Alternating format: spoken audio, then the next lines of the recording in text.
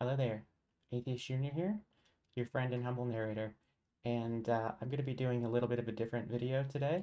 Um, but this is my channel, and I want to have a little bit, at least a little bit of variety with the videos that I'm putting out.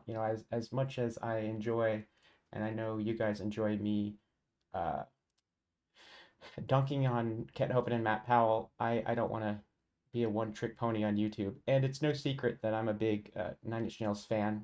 Stan, they're my favorite band. I'm not currently wearing the famous hoodie, but I am wearing this shirt. I figured it would be appropriate. So, um, it's gonna be sort of an off-the-cuff stream. I'm just going to be obviously I can't play the music because I won't be able to monetize the stream. I'll get copyright struck. Um, Even though I'm sure Trent Reznor himself probably wouldn't care if I use his music, it is what it is. So I'm just going to be looking at the Genius pages for a couple of I want to say my favorite songs. I love all of their songs, honestly. I don't think that they have a single song in their catalog that's bad. The only one that I would say I'm kind of iffy on is the song Everything. I think it's a little bit too like rock, like R-A-W-K rock for my taste, but it's still good. And I'm going to be looking at some songs that have themes of religion or atheism in them. And to start off, okay, I'm going to switch over to, oops, wrong button. Made myself disappear. Okay. Gonna make myself smaller here so I'm not blocking the text with my fat head. Oh, where'd I go? Soon. Soon, Kent Hovind. Okay. Hi Inquisitor, let's rock indeed. So, this site is asking, is Trent Reznor, who is the frontman of Nine Inch Nails, religious? And you would think if you listen to the song Terrible Lie and looked at the lyrics, you would think that he's an atheist. That's what I thought for a long time, but he's actually not. It says that Trent has said in interviews as recent as the Soundgarden tour, I think that was in 2009, I'm not sure, just he believes in a God, just doesn't subscribe to organized religion. So that sounds to me like sort of a deist interpretation, or, sometimes when people say that, like, oh, well, I'm spiritual, but not religious. Um, Trent Reznor, I'm going to try my best not to say Ket instead of Trent in this stream because I don't even want to associate those two people because Trent Reznor is somebody who I idolize and Kent Hovind is somebody who I absolutely despise. So I don't want to mix their names up. Um, but yeah, let's look. I'm gonna go in chronological order. Oh, and let's play this video real quick. So this is from an older interview back back when Dig was still a thing. So like what, 2009, and they had a bassist in their band named Justin Meldal Johnson. Now I saw them in 2008 when this guy was still the bassist. Um, and he is awesome. He was incredible. The guy has a huge afro. He's a white dude, but he's a Scientologist, which some Nin fans were a little bit like hesitant of. So, one of the questions, and they spelled bassist wrong. One of the questions asked, "Is there tension between art director Rob Sheridan and bassist?" Is a Scientologist. I'm curious if there has been any tension between the two as a result of Rob's coverage of the protest. Ah. Well, not that I know of, no. And I'll use this as a platform, I guess, to say, when we were looking for a bass player, Justin's name popped up and he was interested. And I've always heard he's a great bass player and a nice guy. And after a small amount of research, Scientology gets associated with him. And in my own experience, I hadn't really ever met or been around anybody, a Scientologist. I'm not a Scientologist. I'm also not religious in any way. And we auditioned him, and he seemed like a cool guy and a nice guy, and he's a great bass player. and we decided to move ahead, Mhm. And shortly thereafter, being in the band, we had a very frank talk where, or when we were at some point in the initial stages, he and I sat down and just had a frank talk about respect and do I feel there's a problem that he's a Scientologist? I said, I don't have a problem with that, but most of what I know about it is what I've heard through a biased media that portrays things as what, crazy stories. Right. But yet I meet a guy who's completely together and nice and not brainwashed and a smart and likable, what's become a good friend. And he said, all I'm looking for is, a respectful situation to work. And I said, so am I. I'm trying to help provide that. I'm a recovering addict. Is that a problem for you? Right. All right. Yep. And there hasn't been any kind of issue like that. And I think it's just a matter of human common sense and tolerance. I mean, if you want to get into it, if you want to put Christianity on one hand and Scientology on the other, what's created more problems in the world? Right. It's not an argument I think a Christian would want to get into. Right. So all of that's we've in the band for the first time. Really, I feel like we are all friends and respect each other, and the crew and everybody likes each other, and it's finally adults going out and trying to change the world. Yeah. Cool. Well, Trent, thanks so much. Thank you. Appreciate you coming on. On behalf of everyone at Dig, everyone is really stoked to have you on. Oh, don't want to play that copyrighted song from Ghosts 1 through 4. What a great answer. That was a great answer. I could listen to Trent Reznor talk for like 10 hours straight. He's just, not only does he have a great voice, he's just a great person to listen to. The way he talks and organizes his thoughts, he's very thoughtful. But that was a great answer. Um, he sat down with the person and he directly addressed the issue. It wasn't one of those things where you have a problem or a potential problem that you want to talk to somebody about, and you just sort of put it off, and eventually it becomes awkward, and then you don't want to talk about it.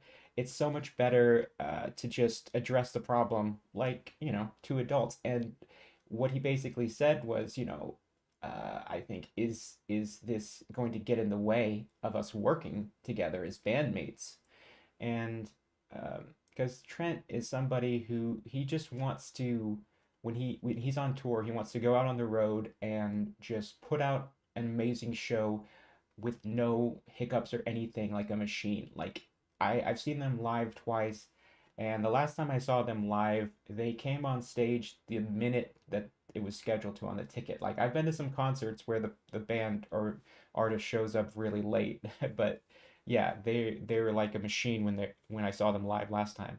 And um so, he basically just talked to him about, like, is this gonna be a conflict? And I love his comment about saying, well, I'm a recovering drug addict. Is that a problem for you? I love that he was able to sort of make himself vulnerable and say, well, I've got this issue that some people could have a problem with.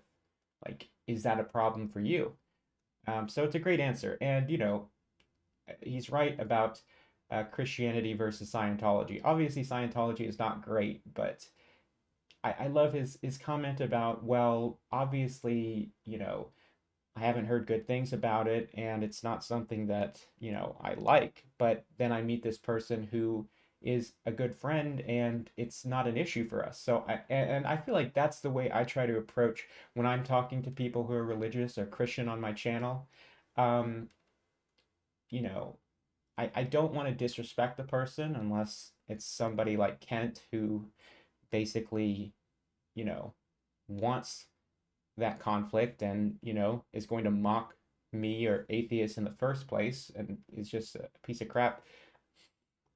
But I try to show people as much respect as they're going to show me. And, I'm willing to have discussions with people about Christianity because it's like, are there things in the Bible, especially the Old Testament, that I find objectionable? Sure.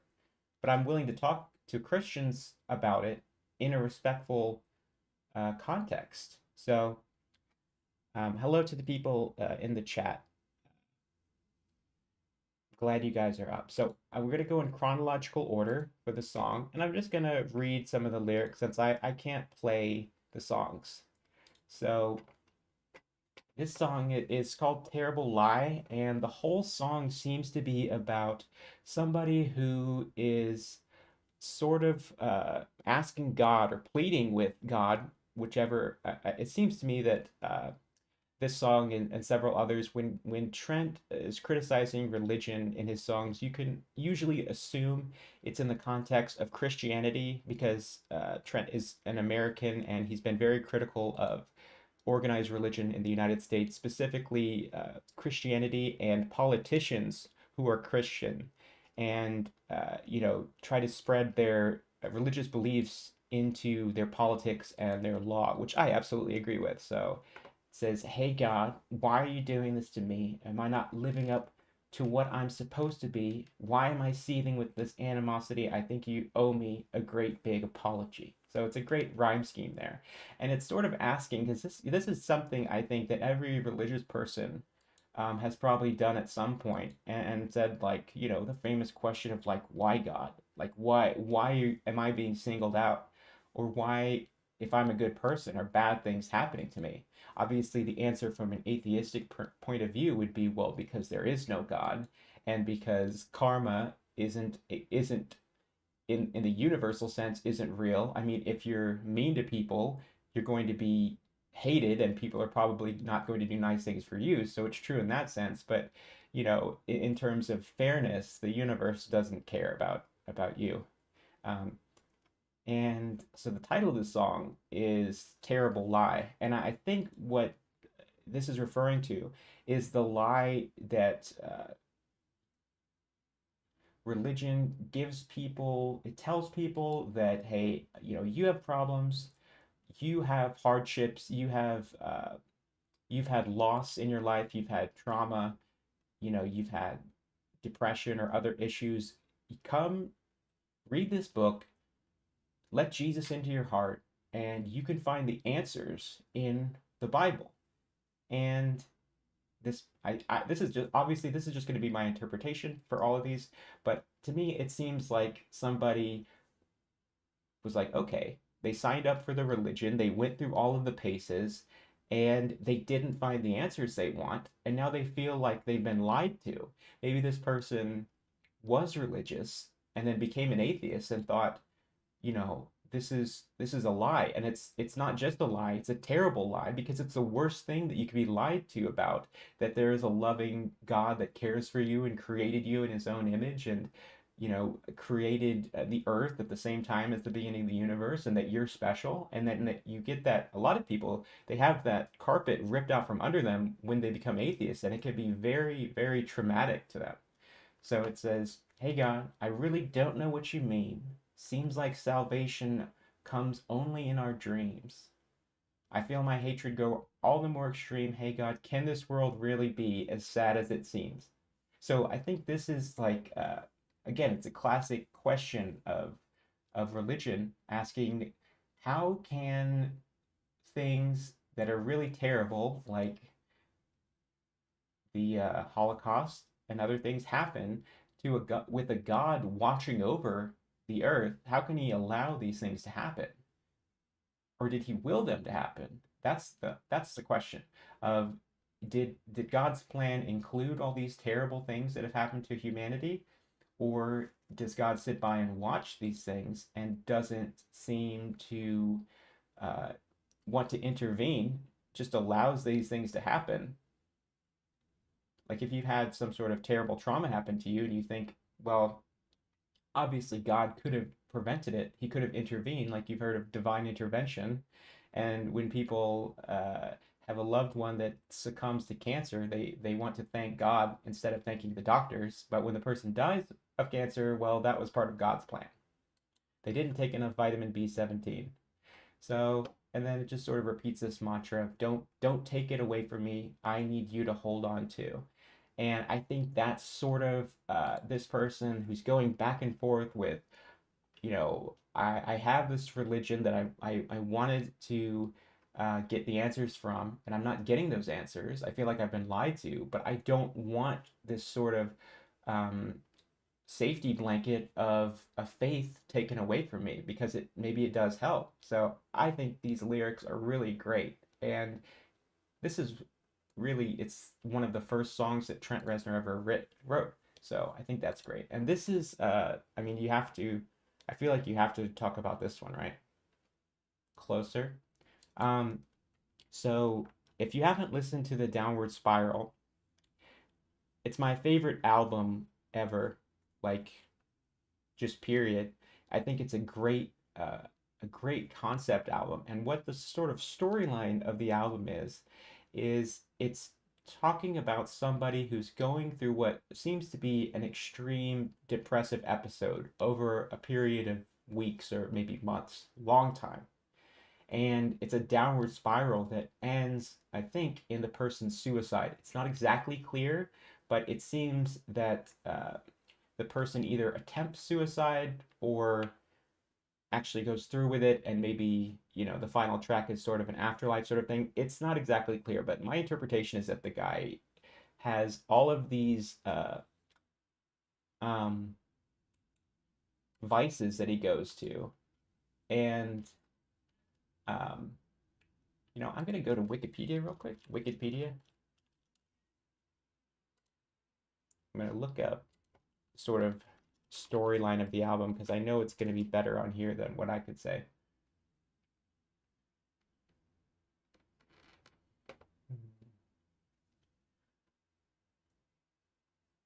Does it have? Uh, okay, it says Reznor interpreted the downward spiral as an extension of himself that became the truth fulfilling itself as he experienced personal and social issues presented in the album after its release. He had already struggled with social anxiety disorder and depression and started his abuse of narcotics, including cocaine, while he went on an alcohol binge. Um, Screw it. So I would say, like, the way that I interpret the album is you go through the track list and it's somebody who is on a downward spiral of depression, drug abuse, and addiction, and he goes to, again, seek religion for help to get the answers that he wants and try and make himself feel better. He tries to uh, seek out sex from sex workers to try and fill the emptiness that's inside him. He tries to get, religion, sex, drug abuse, and, going on a power trip with a gun is another track. It's basically he's searching for fulfillment in all these vices, and in the end, none of them give him what he wants, and he succumbs to his depression. And so there's the very famous lyric in this track that says, "My whole existence is flawed. You get me closer to God." In the context of having sex with someone. Okay, and okay, I'm just gonna read what it says here. It says, "The abusive relationship facilitates in his suicidal downward spiral and makes him one step closer to his demise. So this clusterfucker a relationship literally makes him closer to God." I never thought of it that way. That's very interesting. Um, yeah. The euphoria he experiences in the relationship and sex lets him metaphorically get closer to God. So that's the interpretation that I usually thought. But this is really interesting. This next track, The Fragile, it's not really about religion, but there's this one part where, and it's going to be relevant later, it just says the clouds will part and the sky cracks open and God himself will reach his fucking arm through just to push you down. uh, which again can be sort of like in the first track where it's talking about uh, why is God letting this happen to me? Why am I being singled out for this terrible experience? If there's a God who cares about me and designed me in his own image and has control of the universe and could obviously make these things stop and could make my life better. So instead, it seems like God is actually singling you out and physically reaching his arm through the clouds just to push your head down in the mud. I love the way he writes his lyrics. I love the imagery. So this is a big one. This track is also from the Downward Spiral, and it's called Heresy. Okay. This is Trent Reznor talking about the lyrics. It says, I was trying to explore some of the paranoia I have sexually as a sexually active person in the age of AIDS. I guess I feel cheated for not growing up in a more liberated area. At the same time, what gets me mad is the way the right wing has used the convenience of this epidemic in helping to promote their own agenda. Well, doesn't that seem prophetic? Couldn't that be describing what's happening today with the pandemic we're in right now? You see, he's a very insightful person. Okay, from Stacy in the chat. I got myself in some good trouble writing in school, writing these lyrics down for someone. It was faster than finding somebody who owned a computer at the time. No, you don't have to feel old. Somebody called me old as fuck the other day for the first time, and I'm not even that old. I was born in 1989, which is the same year that Nine Inch Nails formed, so I think that that's kind of funny. Yes, if you have the album on CD, give it a re-listen, and you have to listen to the whole thing from front to back, but it holds up. I will say that. It holds up. And the themes are more relevant today than they've ever been, I think. So,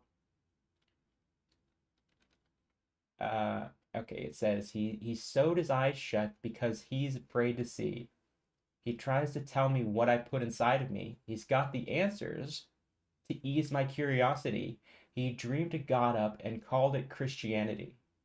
So this is again, this is what I was talking about. The character tries to find help in religion, but only finds blindness and misleading answers to his problem.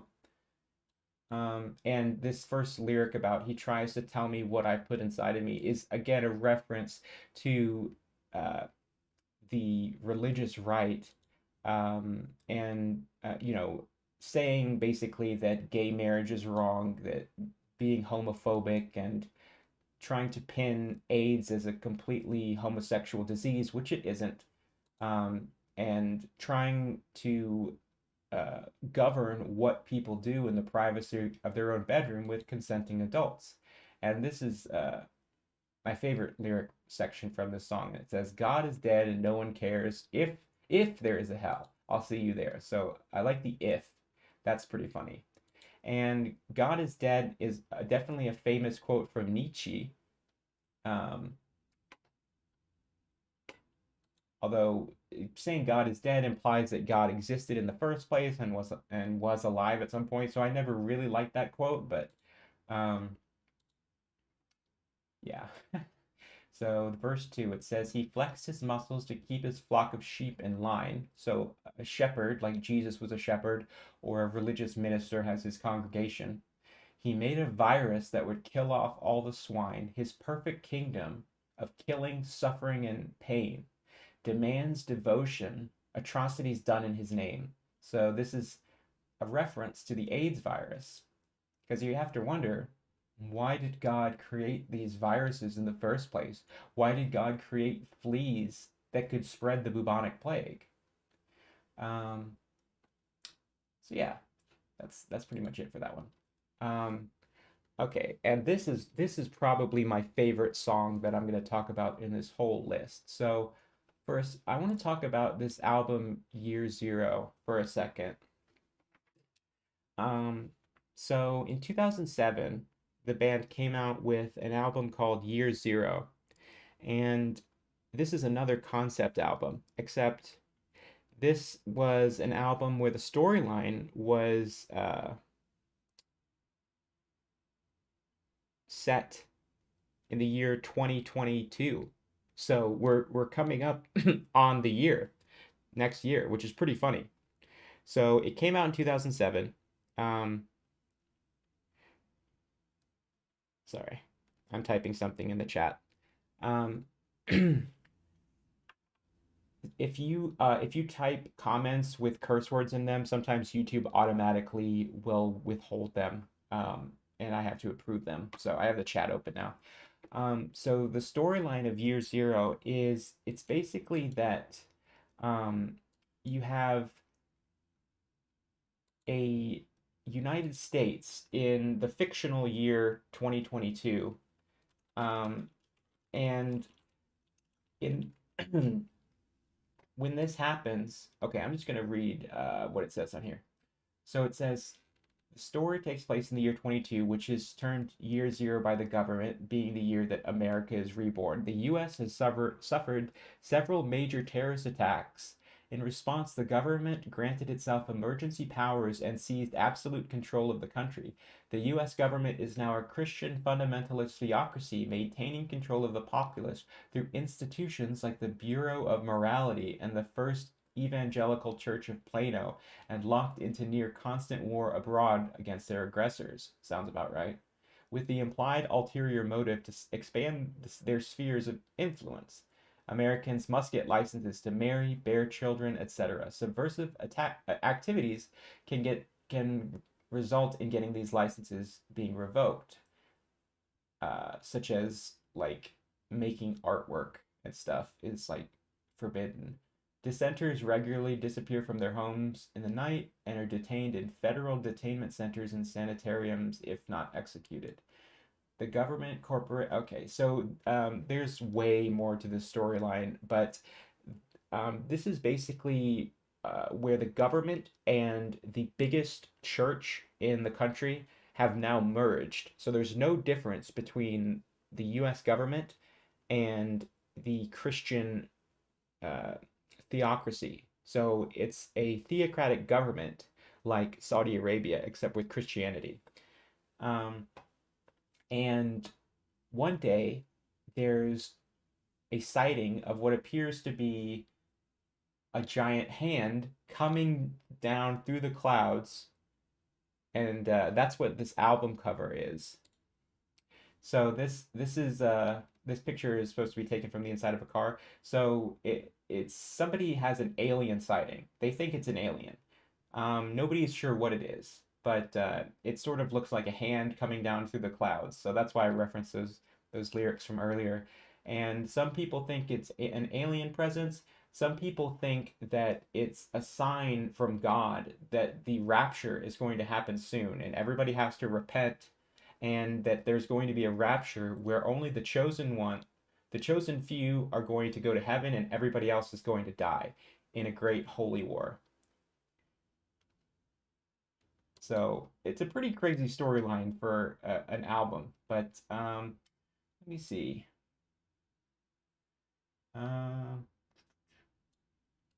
Okay, so that's the basic storyline. That's all you really need to know. And this is my favorite one of my favorite Nine Inch Nails lyrics ever. It says, okay, how hard is it to see? Put your faith in me. I sure wouldn't want to be praying to the wrong piece of wood. like like the wrong religious text, because the words are printed on paper. I love that lyric so much. It's really great. This song is called God Given. It says, and he gives us sight, and we see the light, and it burns so bright. Now we know that we're right. When his kingdom come and thy will be done, we have just begun. We're the chosen one. And then this part is like whispered. It says, I would never tell you anything that wasn't absolutely true, that hadn't come right from his mouth, and he wants me to tell you. So this is sort of like how religious ministers are supposed to be the closest ones to God, and they're the people that you have to go to because God sort of talks to them and nobody else. It's always the most powerful people that God talks to. And then it says, wait, step into the light. How can this be right? I'm afraid we're going to have to ask you to leave. Guess you cannot win with the color of your skin. You won't be getting into the promised land. This is just another case. You people still don't know your place, because we are the divine separated from the swine. So this is talking about the impending rapture that they think is going to happen, and how God is going to separate the swine from the people who are saved and who are going to heaven. And of course, it's going to be the rich white people. Go figure.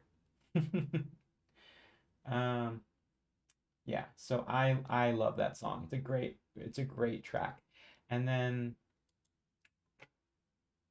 I think this is the last one that I'm going to talk about. Um, I think that there's more songs that what exactly is a concept album? A concept album is an album where there's actually a storyline to it, and each one of the tracks contributes sort of like chapters in a book to different parts of the storyline. Um, I'm trying to think of like a famous concept album, like The Wall from Pink Floyd. The Wall from Pink Floyd was turned into a movie, and if you've seen The Wall, you can see the storyline in that movie. If you look at the lyrics to the actual songs, they play out in the same way, in the same order that the events of the movie do, do or does. Of course, the album is longer than the movie, so some of it is cut out. But a concept album is just an album that has a storyline versus an album that's just a collection of random but sort of loosely related songs. Um, Geez. See, yeah, year zero. The Wall. Pet Sounds apparently. I didn't know some of these were concept albums. Yeah. Anyway,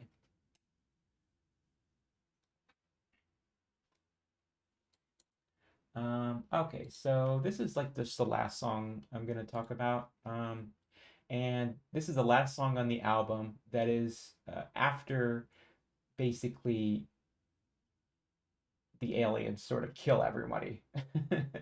Because what happens near the end of the storyline is that the aliens communicate with a select number of humans and tell them, "We're going to give you guys another chance, but if you don't stop killing each other, unless you can find a way to coexist with each other without being so violent, we're just going to wipe all of you out." So it says the last song on year zero, Zero Sums describes what could be seen as either divine retribution or a human triggered apocalypse. So the title is in reference to a zero sum game. Um,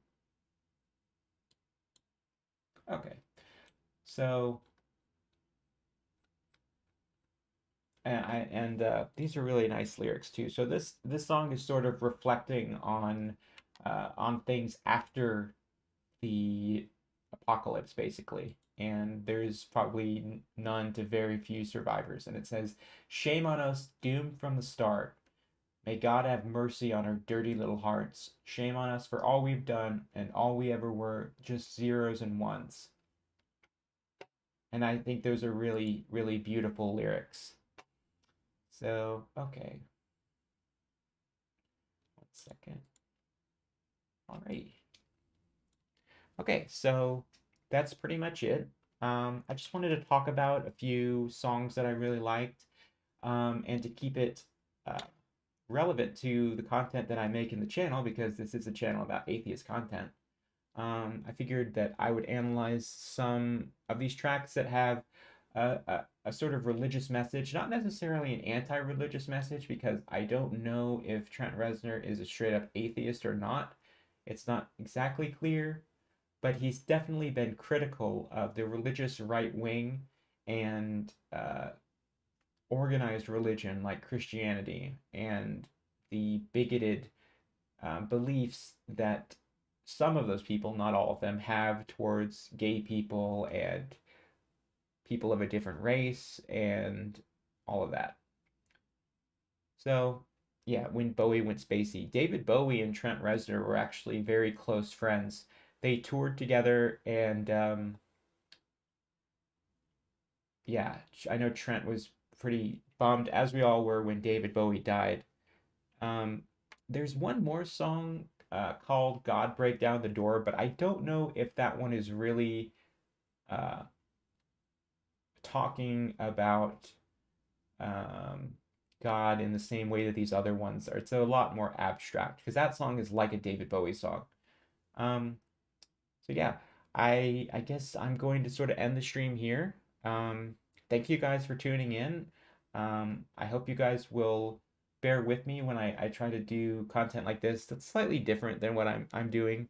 As much as I would like to just react to like every video Kent Hovind does and just meme on him and debunk everything he says. I know people probably wouldn't complain about that, but I want to make sure that I'm branching out with the content I have because I don't want to get burned out doing it.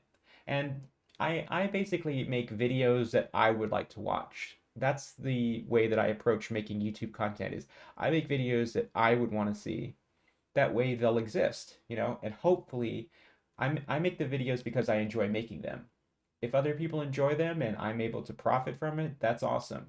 But as long as I'm proud of the work that I put out and I'm satisfied with it and it's something I would watch, then I can be happy with the stuff I'm putting out. And I'm glad with the response that my content has gotten recently. I know I'm repeating this again, but thank you to all of the new subscribers that I have.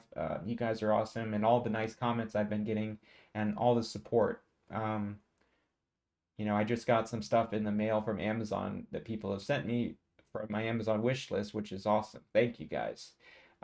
Yeah, so if you want to support my channel, first off, you can like the video, subscribe to the channel, turn on notifications. I just got channel memberships, so if you're interested in that, you can check out the benefits. It's $4.99 a month. You click join by the subscribe button, and then you'll get custom emoticons to use in the chat, like little Kent Hovind and Matt Powell faces. And you'll get a special badge by your name, early access to videos, you know, um, and then I read your comments out on stream and all that. And you don't have to sign up, obviously. If you don't sign up, nothing will change about the content you can see on the channel. It's just if you want to support me, and instead of just supporting me, you also get some little benefits. You can also go to patreon.com/atheistjr and pledge as low as $1 per month. If you do that, you will get access also to videos before they go up on YouTube, and you'll get access to my Patreon exclusive live streams where I cuss at Kent Hovind and say exactly what I want to say to him without worrying about what I'm saying because it's going up on YouTube. So those are a lot of fun. um, so yeah, like the video, subscribe to the channel, comment, and I'll see you guys in the next video. Peace.